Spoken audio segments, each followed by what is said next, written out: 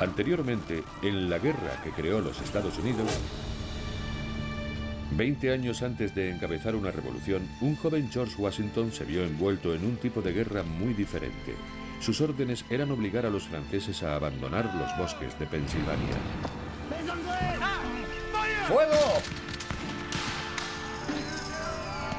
Pero los indios, la tercera fuerza de este conflicto, tenían sus propias motivaciones.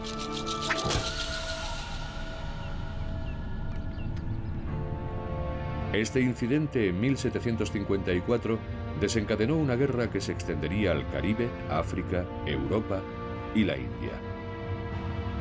El resultado del conflicto determinaría cuál de los dos grandes imperios europeos iba a dominar Norteamérica.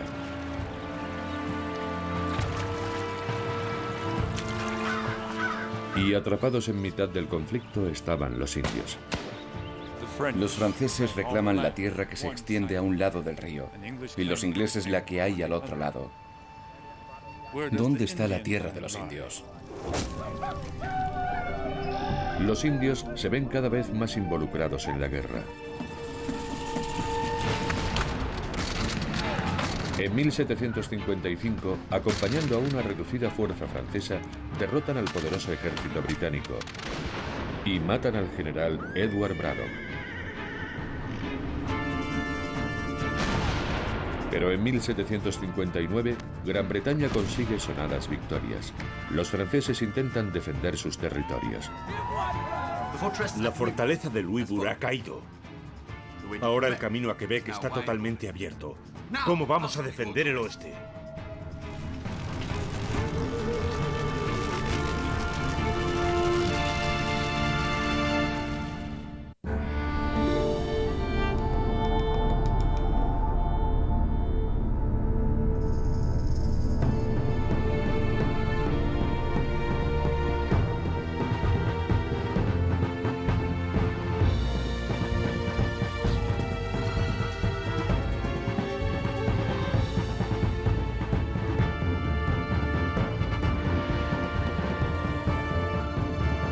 La guerra que creó los Estados Unidos.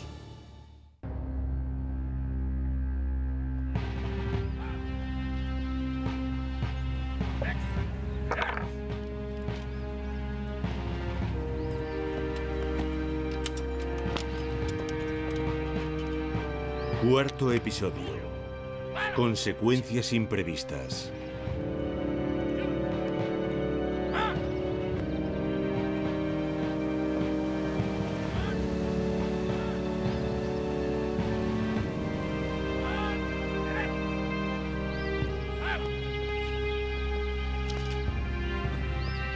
¿Ha encontrado algún punto débil? Es usted un inútil.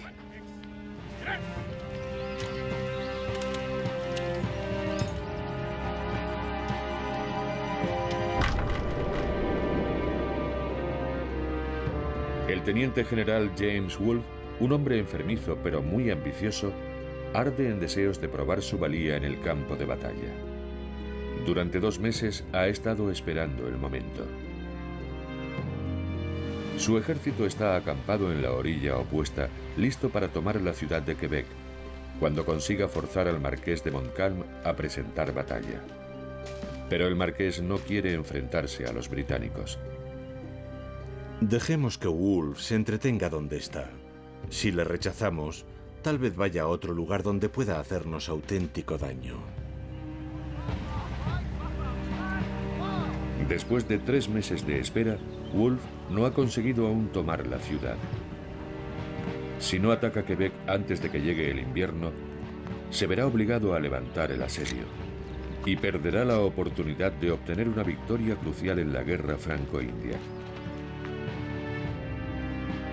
Los británicos están decididos a expulsar de Canadá al ejército francés. Ahora controlan el río San Lorenzo, impidiendo alcanzar a los franceses el interior de Norteamérica. Pronto podrían controlar todo el subcontinente, pero primero tienen que conquistar la fortaleza de Quebec. Quebec parece inexpugnable. Situada en lo alto de un triángulo de tierra, 2 de sus lados están protegidos por abruptos acantilados. Wolfe ataca primero desde el este, solo para ver a 500 de sus hombres muertos o heridos en la batalla de Montmorency. Muchos oficiales excelentes han resultado heridos en este absurdo intento, escribe. Frustrado, responde con saña.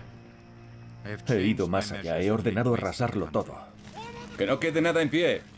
En parte para hacer salir al marqués de Montcalm y en parte como respuesta a las muchas ofensas infligidas a nuestro pueblo. Wolfe ordena a sus casacas rojas que incendien los asentamientos que rodean Quebec. 1.400 casas son pasto de las llamas. Pero la capital de Nueva Francia no está dispuesta a rendirse.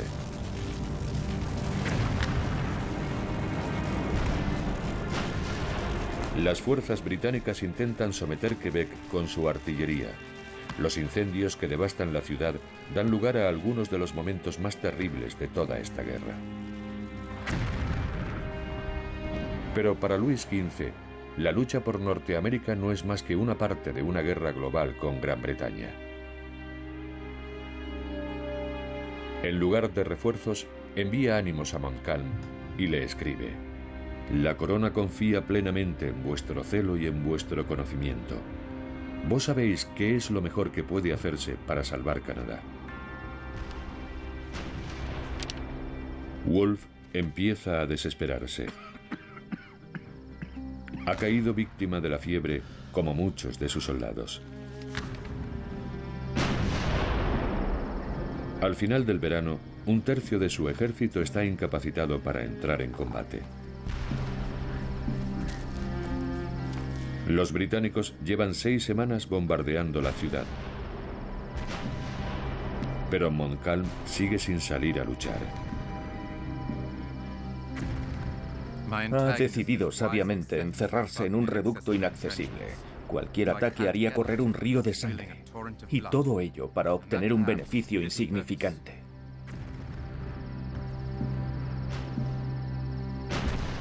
Wolfe está convencido de que morirá pronto y teme que su pasividad mancille su memoria. Por fin, en septiembre, los británicos descubren un camino que, tras ascender un abrupto acantilado, lleva a las llanuras que se extienden al oeste de Quebec. En una audaz maniobra nocturna, 4.500 hombres escalan el acantilado. Lo hacen en menos de 5 horas. El factor sorpresa funciona. Al amanecer, los británicos forman en la llanura de Abraham, delante de las murallas de la ciudad. Wolfe emplea un tipo de formación innovador. Despliega a sus hombres en 2 filas, en vez de las 3 tradicionales, para cubrir los 800 metros de ancho que mide la llanura. Montcalm sabe que las tropas británicas son más disciplinadas que las suyas. Pero la línea enemiga le parece especialmente delgada y piensa que una columna de sus hombres podría romperla.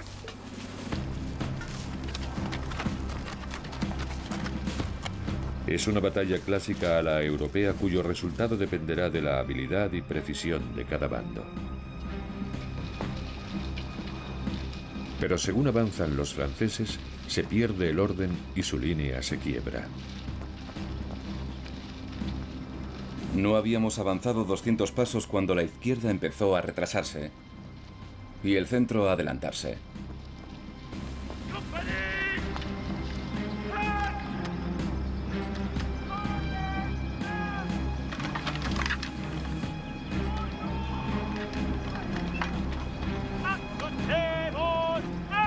Los franceses empiezan a disparar antes de tener al enemigo al alcance de sus armas. Los británicos no se inmutan.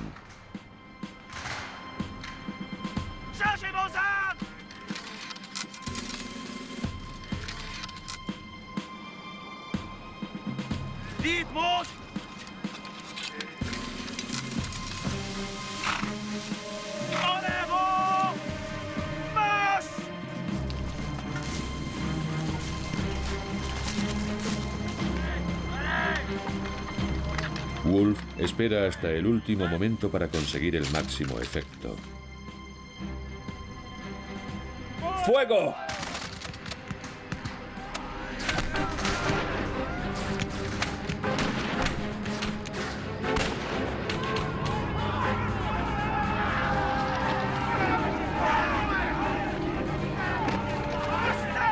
El ataque británico es demoledor.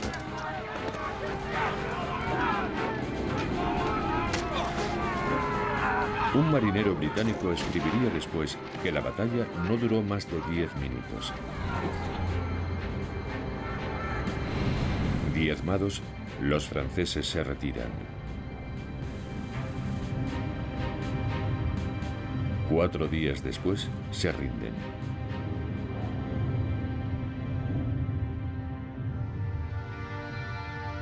Durante la batalla, Wolfe resulta herido en la muñeca y en el pecho. Cuando le preguntan si necesita un cirujano, responde: es inútil. Para mí todo ha acabado. Wolfe se convierte en un héroe para todo el Imperio Británico y su muerte será glorificada en numerosas pinturas idealizadas. Montcalm, por su parte, recibe un disparo en el abdomen. Las descripciones de su muerte son aún más imaginativas. De hecho, no murió en el campo de batalla, sino en la casa de un médico en la ciudad. La pintura refleja la impresión de que este fue el momento álgido y decisivo que marcó el final de la guerra. En realidad no lo fue en absoluto. La guerra franco-india se iba a prolongar todavía un año más. El auténtico punto de inflexión llegó cuando los indios hicieron inclinarse la balanza del poder. En 1759, los iroqueses tomaron la decisión de terminar con 50 años de neutralidad y se aliaron con los británicos.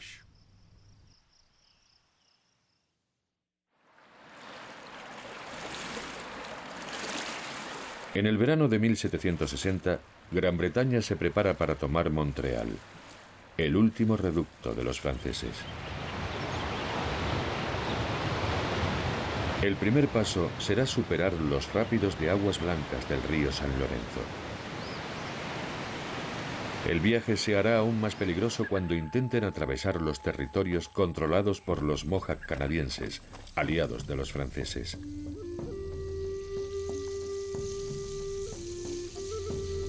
Los indios de Norteamérica están divididos en naciones diferentes, con intereses complejos y a menudo opuestos. Las alianzas de los Mohawk de Canadá son distintas de las de los Mohawk de Nueva York, que forman parte de una gran confederación, las 6 naciones iroquesas.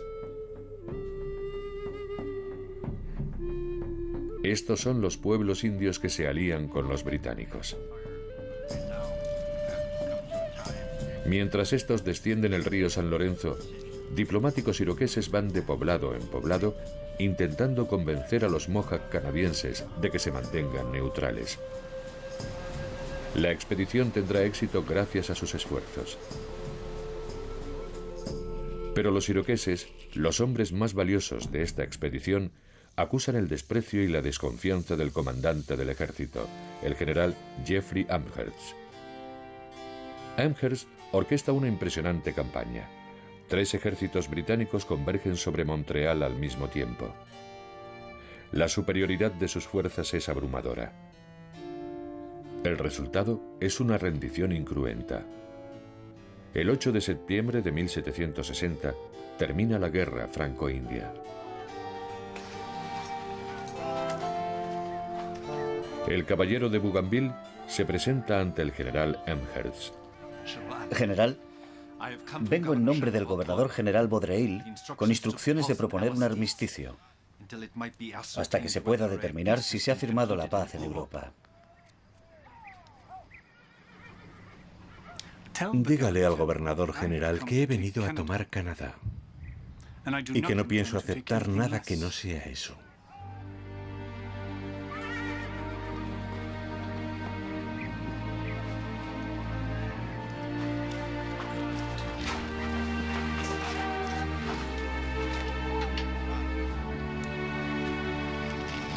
Al conocer que Amherst pretende negarles incluso el honor de mantener las banderas de sus regimientos, los oficiales franceses deciden quemarlas, antes que permitir que los británicos se las lleven como trofeos. Después de un siglo de intercambio comercial y de alianzas con los indios, la influencia francesa en Norteamérica toca a su fin.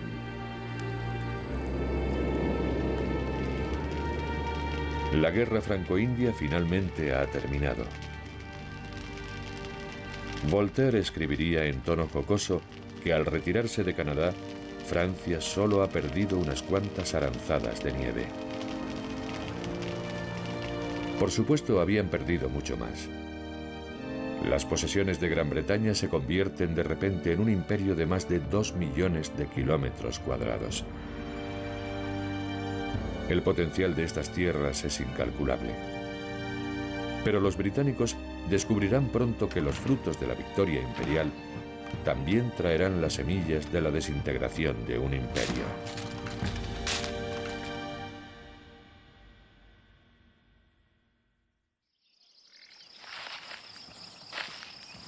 Las noticias que llegan de Canadá deberían haber despertado el entusiasmo de un joven que había estado en el centro de la guerra. Pero George Washington es ahora un civil. Cada mañana monta su caballo para supervisar la actividad de su hacienda. Cada día mayor, gracias a su matrimonio con una adinerada viuda, Martha Custis. Aquí vivo tranquilo, con una agradable compañera para toda la vida. Y espero encontrar en este retiro la felicidad que jamás experimenté en el ancho y turbulento mundo. Washington también ha sido elegido miembro de la Asamblea de Virginia, la Casa de los Burgueses, y forma parte del Comité de Propuestas y Reclamaciones. Es un momento apasionante para entrar en política en Norteamérica. Y lo es gracias al primer ministro del rey británico, William Pitt, que ha animado a los habitantes de las colonias a considerarse miembros activos de la corona en la gran empresa imperial. Les pedimos que consideren que Las colonias habían aportado de buen grado dinero y tropas a la guerra. A cambio, daban por sentado que el Parlamento reconocería su derecho a cobrar impuestos a través de sus representantes electos. Un malentendido que finalmente conducirá a una revolución.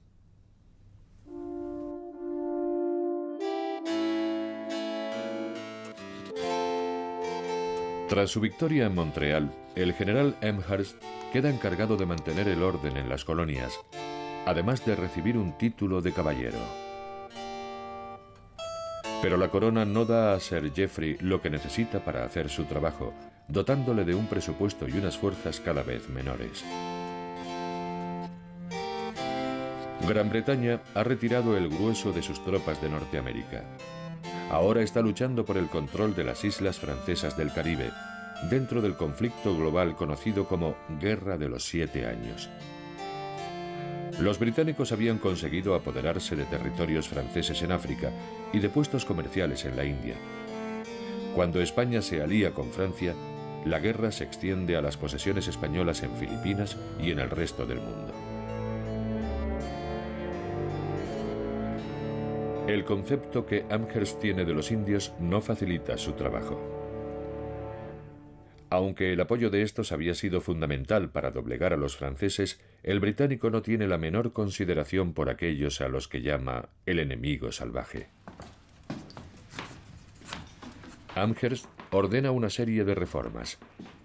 Restringe el acceso de los indios a las municiones y, para ahorrar dinero al imperio, recorta drásticamente los regalos, una costumbre de larga tradición. Su objetivo es que los indios dejen de ser considerados como poderosos aliados de la corona y se conviertan en simples vasallos. Pero los indios no se ven a sí mismos como vasallos, y les preocupa que se construyan nuevos asentamientos en sus tierras.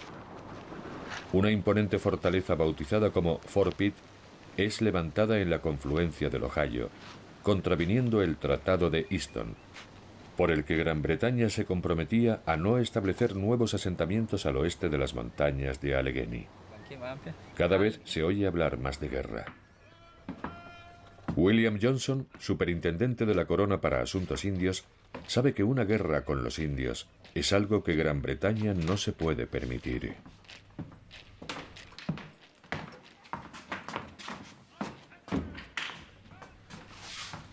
Excelencia, he sido informado de que los indios de las 6 naciones, especialmente los Shawnee y los Delaware, están muy descontentos. Exageraciones. Estoy seguro de que esta alarma no pasará de simples amenazas, como las que ya llevan un tiempo haciendo. Dicen que queremos hacerlos esclavos al establecer tantos puestos en sus tierras. Estoy convencido de que la única forma de tratar a esos salvajes es mantenerlos debidamente sometidos y castigar sin excepción a los transgresores. Buenos días, señor. Señoría.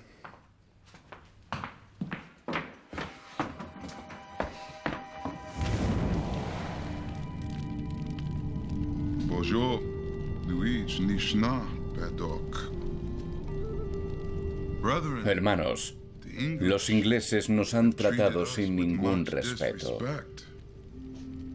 En 1763, un jefe Ottawa llamado Pontiac emplea poderosas ideas religiosas para animar a sus hermanos a rebelarse. El Señor de la Vida tomó a Neolin de la mano y le dio un hermoso tocado.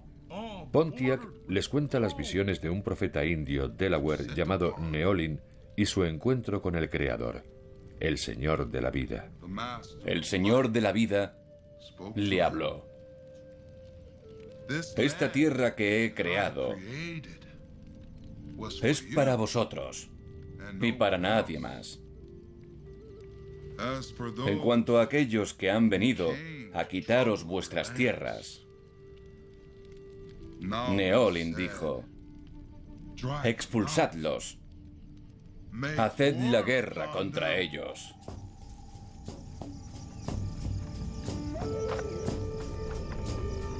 Los cinturones de guerra difunden el mensaje de Pontiac. Los indios que poco antes habían jugado a enfrentar entre sí a los dos imperios europeos, ahora se unen contra los británicos. Una nueva guerra va a comenzar.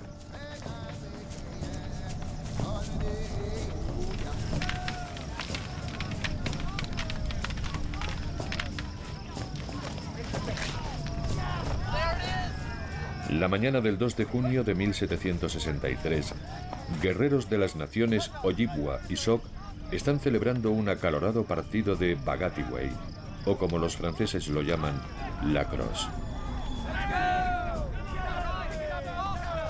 El juego entra en su tercer día delante de Fort Michilimackinac, en el norte de lo que hoy en día es Michigan.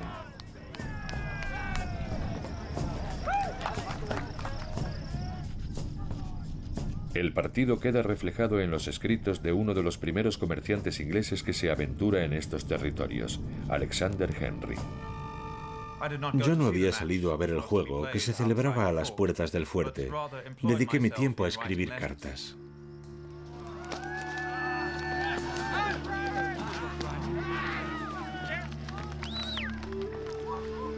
Los británicos no entendían por qué los indios estaban jugando precisamente aquí. Ni siquiera eran conscientes de que las reformas de Amherst habían ofendido a los pueblos nativos. Y tampoco les había llegado una importante noticia. Nadie, salvo los indios, sabía que un mes antes Pontiac había inspirado un ataque indio a Fort Detroit. Haced la guerra contra ellos. Era un aviso de lo que se avecinaba. Y ahora le había llegado el turno a Michilimackinac.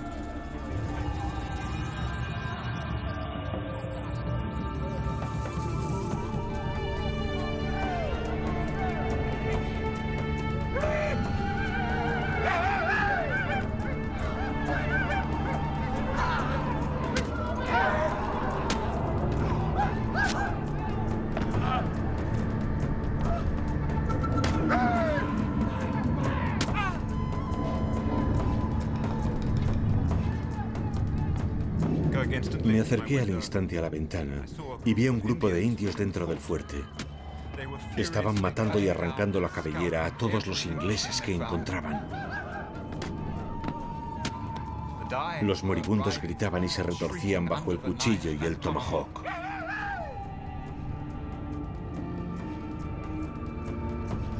Yo estaba temblando por el horror y por el miedo.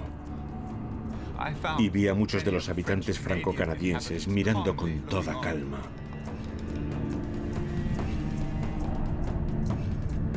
El ataque a Michilimackinac no sería el último.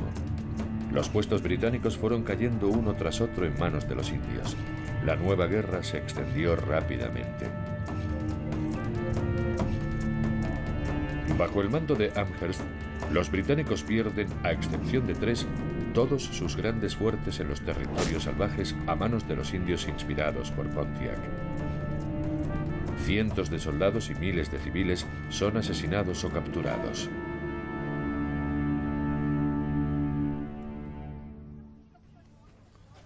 Hoy es un día histórico. Caballeros, un brindis. ¡Salud!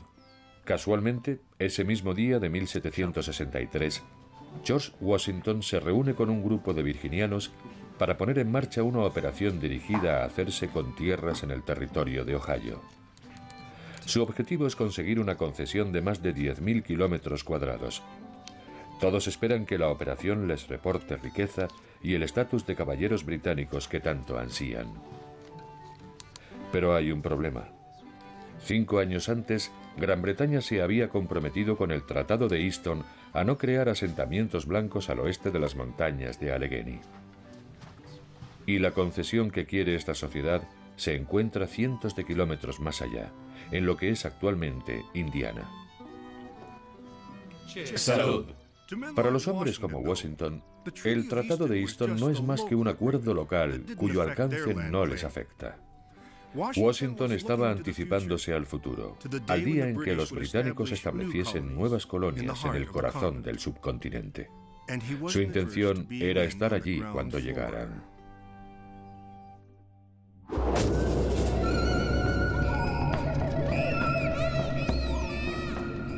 La guerra de Pontiac sigue adelante y Gran Bretaña pierde el control de la frontera.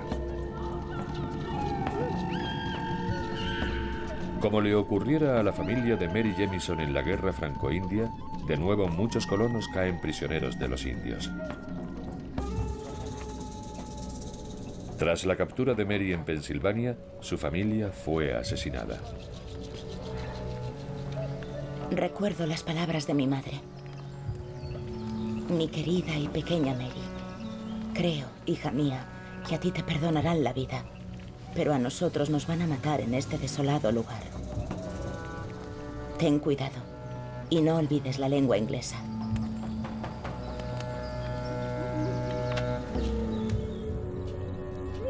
Mary fue llevada a un poblado Seneca y adoptada por la tribu. Con la frontera de nuevo en guerra y la multiplicación de casos como el de Mary, la presión sobre Jeffrey Amherst va en aumento.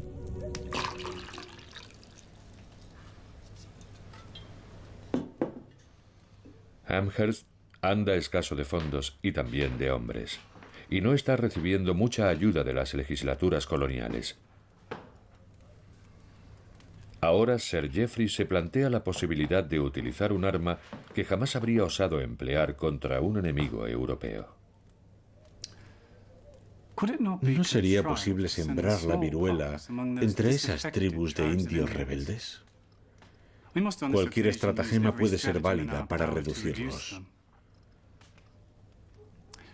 Haríamos bien en intentar infectar a los indios por medio de mantas, además de emplear cualquier otro método que sirva para erradicar a esa raza execrable.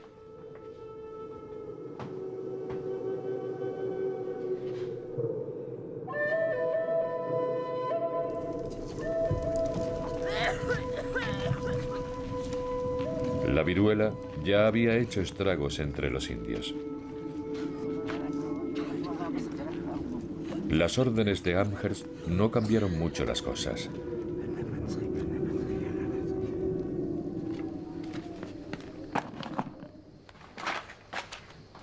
Incapaz de mantener el orden, Sir Geoffrey es relevado del mando. El 17 de noviembre de 1763 regresa a Inglaterra a bordo de un barco llamado La Comadreja.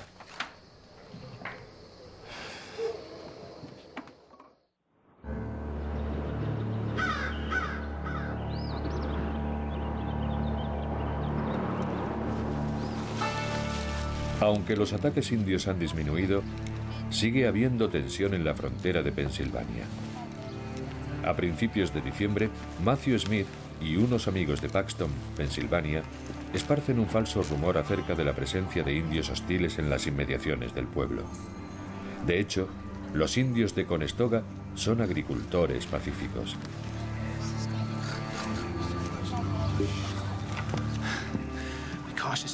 Nos acercamos sigilosamente para poder verlos. Son indios armados. Son forasteros. Y hay docenas de ellos. El 14 de diciembre, 50 hombres armados caen sobre Conestoga. Lejos de haber docenas, solo encuentran a 6 indios en el campamento.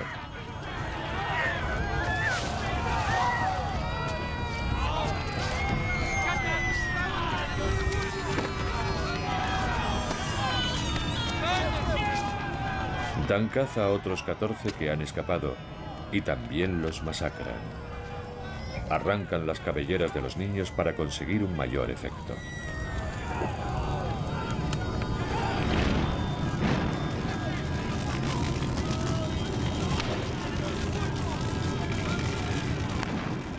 Los chicos de Paxton hacen correr la voz de que tienen la intención de matar a todos los indios de Pensilvania.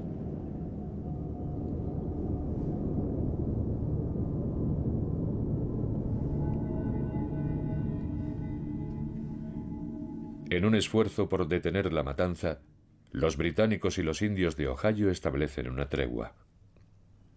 Se firma un tratado y cientos de prisioneros de los indios son devueltos, algunos en contra de su voluntad.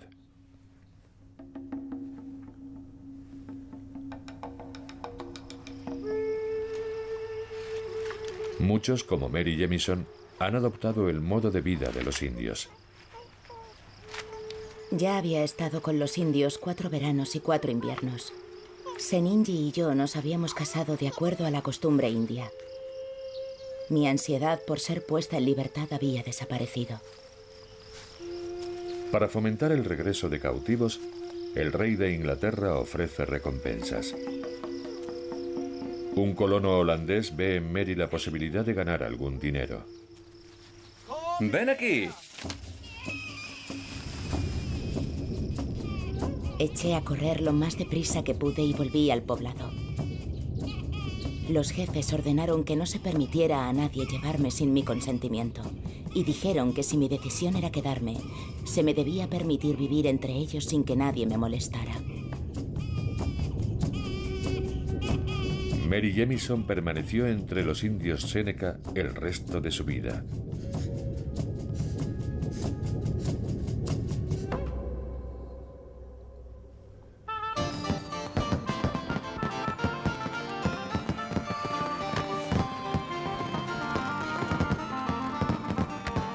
En febrero de 1763, Gran Bretaña y Francia firman el Tratado de París, dando fin a la Guerra de los 7 años. El rey Jorge III gobierna más territorio en todo el planeta del que llegó a tener nunca el Imperio Romano. Pero ahora, sus posesiones en Norteamérica son tan extensas que la corona necesita encontrar otra forma de administrarlas. El rey publica la Proclamación Real de 1763, que, entre otras disposiciones, establece un nuevo límite.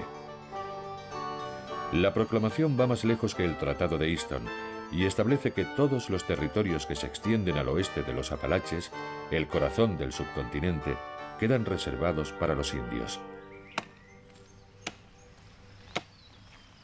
Sin embargo, en las tierras salvajes se están estableciendo más colonos que nunca. En la década de 1760, el territorio de Ohio recibe una nueva oleada de emigrantes de Gran Bretaña y otras partes de Europa. Estos se abren paso hacia el interior de Norteamérica, a menudo marcando con sus iniciales los límites de las tierras que reivindican como suyas. Las cartas de amigos y parientes que sirvieron en las fuerzas británicas durante la Guerra Franco-India animan a los inmigrantes.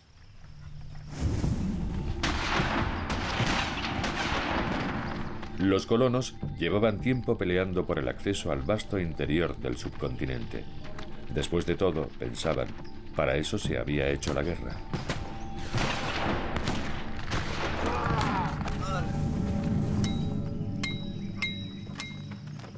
Y ahora el rey declaraba que las tierras en las que se estaban asentando eran intocables y que estaban reservadas para los indios. Hay además otra fuente de tensión: el dinero.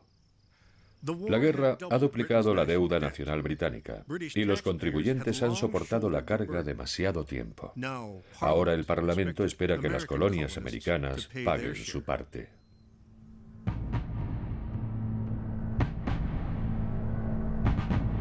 Un pequeño impuesto sobre el papel, la ley del timbre, provoca una reacción inesperadamente violenta en las colonias. Las revueltas estallan. Se queman muñecos que representan a recaudadores de impuestos y a estos se les obliga a dejar sus trabajos. El impuesto es ampliamente ignorado.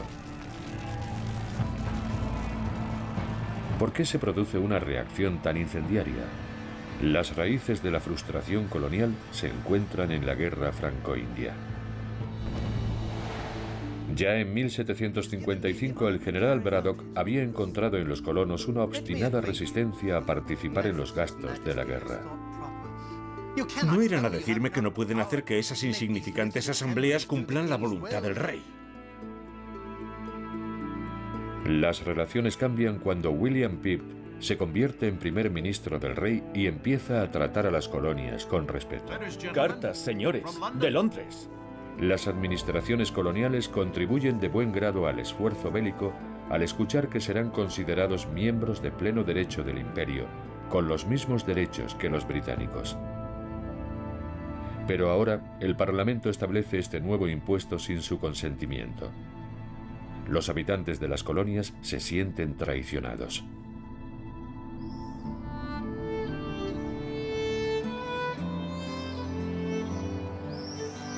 La política británica irrita cada vez más a George Washington. Es un obstáculo en su camino hacia la prosperidad como hacendado y especulador inmobiliario. En el otoño de 1770, Washington visita a su explorador, que ha seleccionado varios terrenos de interés en el territorio de Ohio. El viaje le lleva de vuelta a los lugares donde años atrás peleó por el Imperio Británico. Cerca de la confluencia del Ohio, donde estuvo a punto de morir en la primera batalla real de la guerra, en Fort Necessity.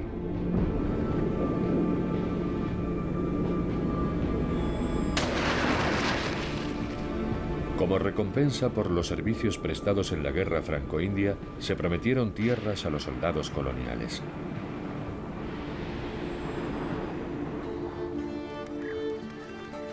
Ahora, Washington ha venido hasta aquí para cobrarse su recompensa.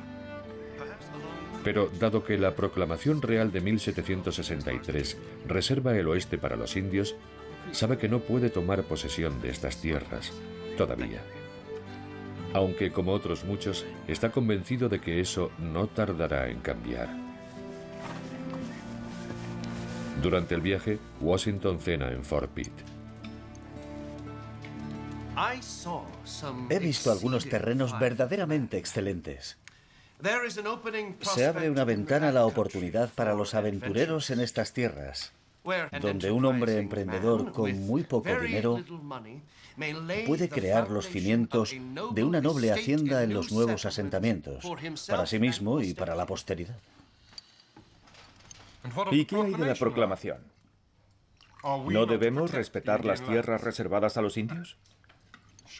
Es evidente que tenemos que darles algo para mantener la paz. No puedo ver en esa proclamación otra cosa que una medida provisional para mantener calmados a los indios. Pero caerá, sin duda, en unos pocos años. Pero la corona aún no lo ha consentido.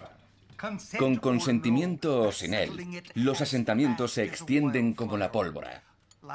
Calculo que el año pasado hubo entre 4 y 5.000. Y este año igual. Los caminos siguen atestados de carretas que se dirigen al Ohio. A todo aquel que desprecie la oportunidad de reservarse buenas tierras y de algún modo marcarlas e identificarlas como suyas, no volverá a presentársele la oportunidad.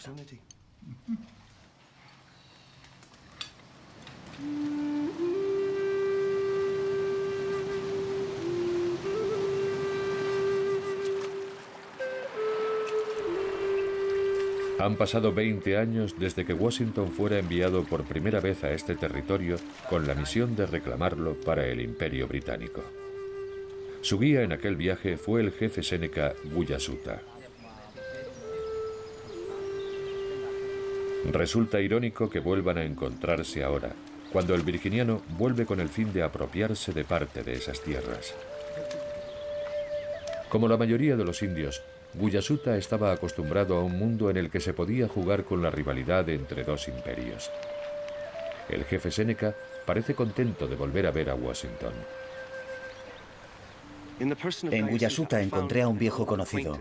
Él era uno de los indios que vinieron conmigo en busca de los franceses en 1753. Expresó su satisfacción al verme y nos recibió con gran hospitalidad. Me dio las gracias por decir que mi pueblo deseaba la paz y la amistad, y expresó una vez más los deseos de paz de su pueblo y su buena disposición hacia los blancos.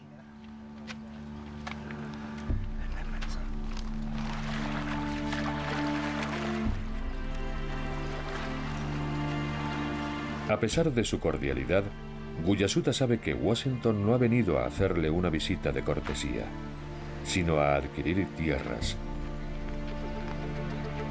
La política británica es lo único que contiene a Washington y lo que indigna a casi todos los habitantes de las colonias.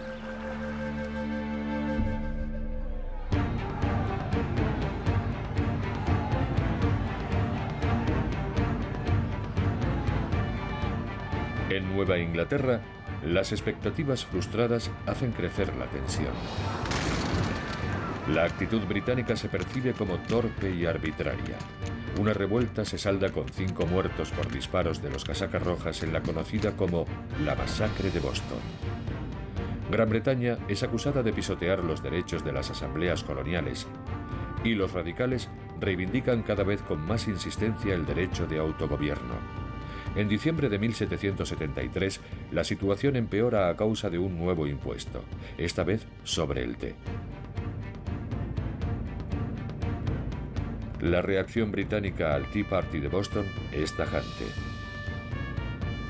Las tropas de la corona toman las calles y se reescribe el fuero de la colonia.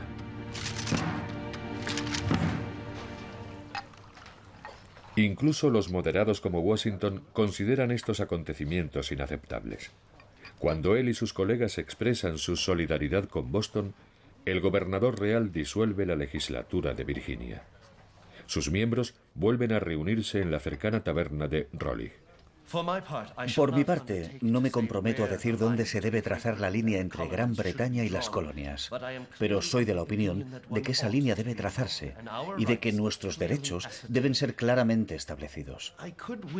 Preferiría que esta disputa hubiese sido dirimida por la posteridad, pero la crisis ha caído sobre nosotros y nuestros derechos deben ser defendidos. Y sin embargo, aún en este momento de crisis, colonos como Washington no muestran interés por independizarse del imperio. Consideran que esto es solo una disputa familiar, no una llamada a la revolución. Este retrato muestra a Washington con un gorjal, distintivo de los oficiales británicos, y representa su fidelidad a la corona. En septiembre de 1774, durante el primer Congreso Continental, Washington y otros representantes de las colonias piden un esfuerzo coordinado para responder a las acciones británicas.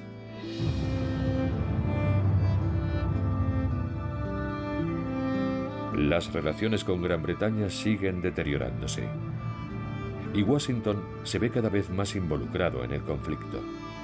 Un gran número de admiradores llega a Mount Vernon buscando su consejo político y militar. Los norteamericanos se preparan para defender lo que consideran sus derechos, por la fuerza de las armas si es necesario.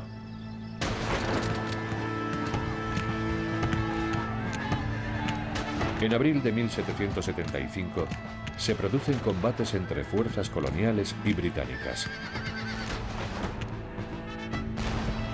Esto ya no es un problema familiar, una simple disputa entre miembros leales del imperio.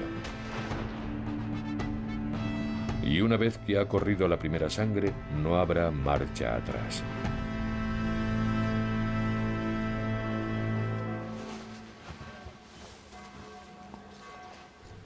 Con Boston bajo asedio, se convoca un segundo Congreso Continental. Washington ya no aspira a convertirse en caballero británico.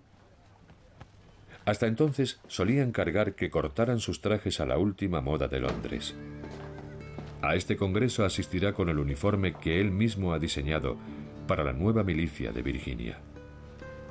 Han pasado 20 años desde que aquel joven e ingenuo coronel fuera enviado a las tierras salvajes para librar una batalla que sería el detonante de una lucha épica. Ahora se prepara para una nueva guerra.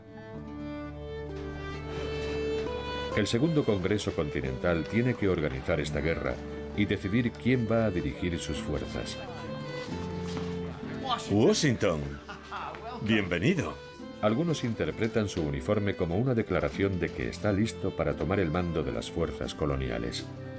John Adams escribió: "Su gran experiencia y capacidad en asuntos militares son de gran valor para nosotros".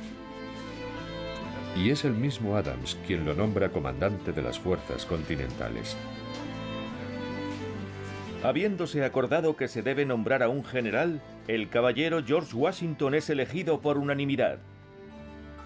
Y así mandará a las fuerzas... Me resultaría totalmente imposible rechazar este nombramiento sin exponerme a una censura general que haría caer el deshonor sobre mi persona. Tendré que confiar, por tanto, en esa providencia que hasta este punto me ha mantenido con vida y que tan generosa ha sido conmigo.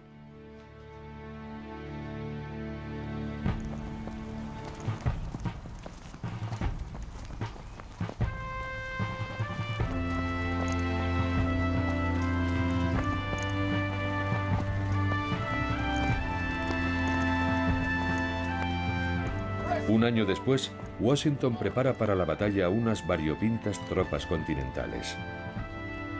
¡Presenten armas!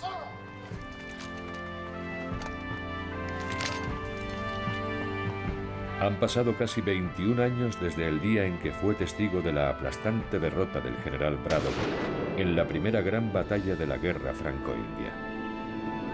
No he dejado pasar ningún aniversario del día 9 de este mes sin recordar y dar gracias por haber salido con vida de las orillas del Monongahela.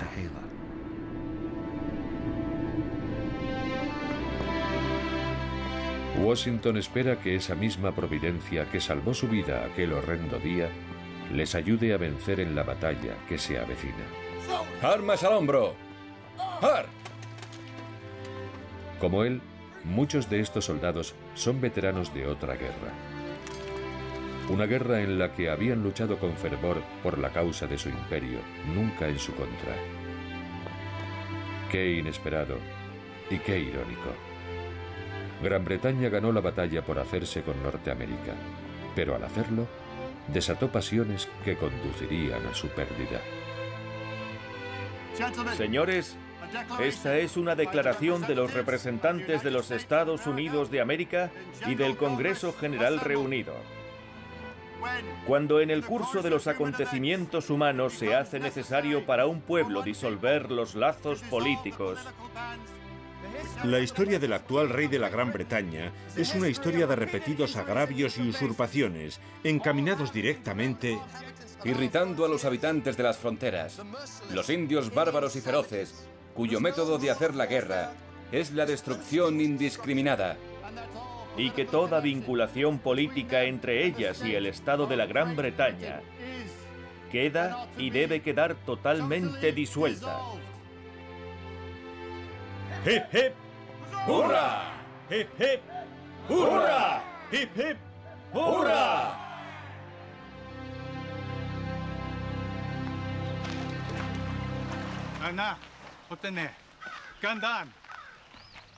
Ese mismo mes, en la confluencia del Ohio, el centro del conflicto durante 23 años, representantes de las colonias se reúnen con Guyasuta.